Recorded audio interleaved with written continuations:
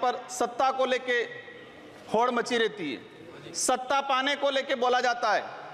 मैं जो कहना चाह रहा हूं, हमें सत्ता नहीं चाहिए, हमें हमारा अस्तित्व बचाना है, हमारा स्वाभिमान बचाना है, हमारा जल जंगल जमीन बचाना है।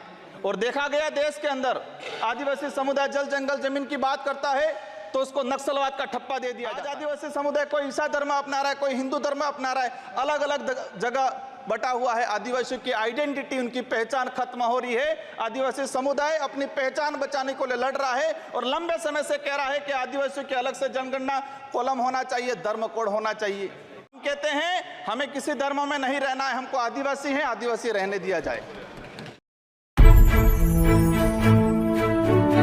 देश की जनता देख रही है। मैं उस लोकसभा क्षेत्र से आता हूं, बांसवाड़ा। मैं बांसवाड़ा डूंगरपुर की जनता को धन्यवाद देना चाहता हूं जिन्होंने मुझे चुन के भेजा। वहां पर हमारे प्रधानमंत्री जी ने कहा था कि जिसकी कोई पहचान नहीं है, जिसका कोई नाम नहीं है, जिसका कोई रिकॉर्ड नहीं है, ऐसे व्यक्ति को जिता के क्या करोगे। लेकिन बांसवाड़ा डूंगरपुर की जनता ने ठान लिया था कि लोकतंत्र है, राजतंत्र नहीं। और ये राजतंत्र तय करने का किसी को ठेका नहीं है, लोकतंत्र है। जनता ने ठान लिया था कि इस बार राजकुमार रोज जाएगा। मैं आपके माध्यम से, पूरे सदन के माध्यम से मेरी जनता को धन्यवाद देना चाहूंगा। मोदी जी ने कहा था वहां के बड़े बुजुर्गों को कि घर घर जाके राम राम बोल देना और चुनाव जिताना। वहां के बड़े बुजुर्गों ने ठान लिया और कह दिया था, और मेरे माध्यम से और आपके माध्यम से संदेश पहुंचाया है उन तक। मुझे कहा था मोदी जी को कह देना कि देश के आदिवासियों को उजाड़ने का काम पिछले 10 सालों में हुआ है। देश के अंदर धर्म की राजनीति हुई है। देश में 15 लाख रुपए बेरोजगारों को नौकरी देंगे यूं करके 10 साल राज किया है। इस बार हम सबक सिखाएंगे। और उन्होंने मेरे माध्यम से मैसेज पहुंचाया है कि गुरु गोविंद की धरती है, मावजी महाराज की धरती है, संत सुरमाल महाराज की धरती है। मानगढ़ दाप में 1500 आदिवासी शहीद हुए थे। मोदी जी 2 बार आए, लेकिन मानगढ़ के लिए, आदिवासी समुदाय के लिए एक शब्द नहीं बोल के गए, कुछ नहीं करके गए। तो उन्होंने मैसेज पहुंचाया है कि आदिवासी समुदाय जाग गया है और अब वो आदिवासी समुदाय नहीं रहा जो बहकावे में आ जाएगा और वोट दे देगा। माननीय सभापति महोदय, जो वर्तमान स्थिति बनी है बजट के अंदर, मैंने देखा धातुओं का खनन को लेकर उद्योगपतियों को टैक्स में छूट दी गई। लेकिन ये खनन कहाँ हो रहा है? धरती पे हो रहा है, हमारे देश में हो रहा है, पहाड़ों में हो रहा है, जंगलों में हो रहा है। और वहां पर जीव जंतु रहता है और आदिवासी समुदाय भी रहता है। लेकिन आदिवासियों के समय के आदिवासियों के लिए क्या प्रावधान किया गया?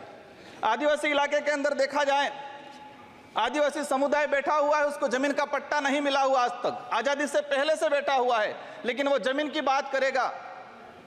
सभापति महोदय, यहाँ पर सत्ता को लेके होड़ मची रहती है, सत्ता पाने को लेके बोला जाता है। मैं जो कहना चाह रहा हूं, हमें सत्ता नहीं चाहिए, हमें हमारा अस्तित्व बचाना है, हमारा स्वाभिमान बचाना है, हमारा जल जंगल जमीन बचाना है। और देखा गया देश के अंदर आदिवासी समुदाय जल जंगल जमीन की बात करता है तो उसको नक्सलवाद का ठप्पा दे दिया जाता है, उसको नक्सलवाद के नाम से मारा जाता है। छत्तीसगढ़ का बस्तर का इलाका हम देखते हैं, 11 साल की बच्ची को मारा जाता है और कहा जाता है कि नक्सलाइट थी। 3-3, 4 साल के बच्चों को मारा जाता है, गर्भवती महिलाओं को मारा जाता है।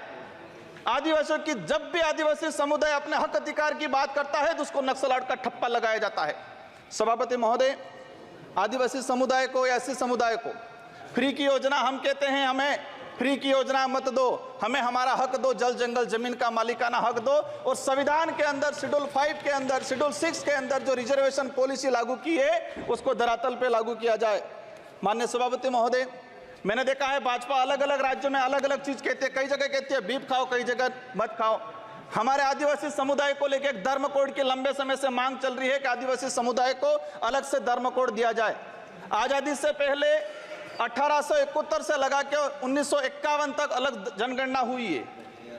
आज आदिवासी समुदाय कोई ईसाई धर्म अपना रहा है, कोई हिंदू धर्म अपना रहा है, अलग अलग जगह बटा हुआ है। आदिवासियों की आइडेंटिटी, उनकी पहचान खत्म हो रही है। आदिवासी समुदाय अपनी पहचान बचाने को लिए लड़ रहा है और लंबे समय से कह रहा है कि आदिवासियों की अलग से जनगणना कॉलम होना चाहिए, धर्म कोड होना चाहिए। झारखंड के अंदर 11 नवंबर 2020 को झारखंड विधानसभा में प्रस्ताव पास हुआ अलग से आदिवासी धर्म कॉलम को लेके। वहां विपक्ष में भाजपा थी और भाजपा ने समर्थन दिया और कहा कि आदिवासी समुदाय धर्म व्यवस्थाओं में भले हिंदू हो ईसाई उसमें नहीं आता है, आदिवासियों की अलग परंपरा रीति रिवाज है, उनको धर्म कोड जारी किया जाए। लेकिन राजस्थान में अलग तरीके से माहौल बनाया जाता है। हम कहते हैं हमें किसी धर्म में नहीं रहना है, हमको आदिवासी हैं, आदिवासी रहने दिया जाए। माननीय सभापति महोदय, लंबे समय से देखा गया है, कहते हैं वनवासी, कोई कहता है कुछ और।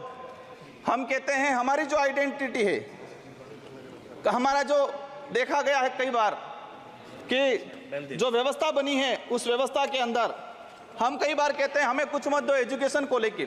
नई शिक्षा नीति, मुझे लग रहा है अभी घंटी बजने वाली है, मैं 2 मिनट में मेरा समाप्त करूंगा। नई शिक्षा नीति के तहत यह प्रावधान किया गया है कि 6 साल का बच्चा होगा, इसके बाद उसको पहली क्लास में एडमिशन दिया जाएगा। माननीय सभापति महोदय, मैं कहना चाह रहा हूं निजीकरण को बढ़ावा देने का तरीका है ताकि प्राइवेट संस्थाएं खत्म हो, सरकारी संस्थाएं खत्म हो, प्राइवेटकरण हो, ये कहा गया है।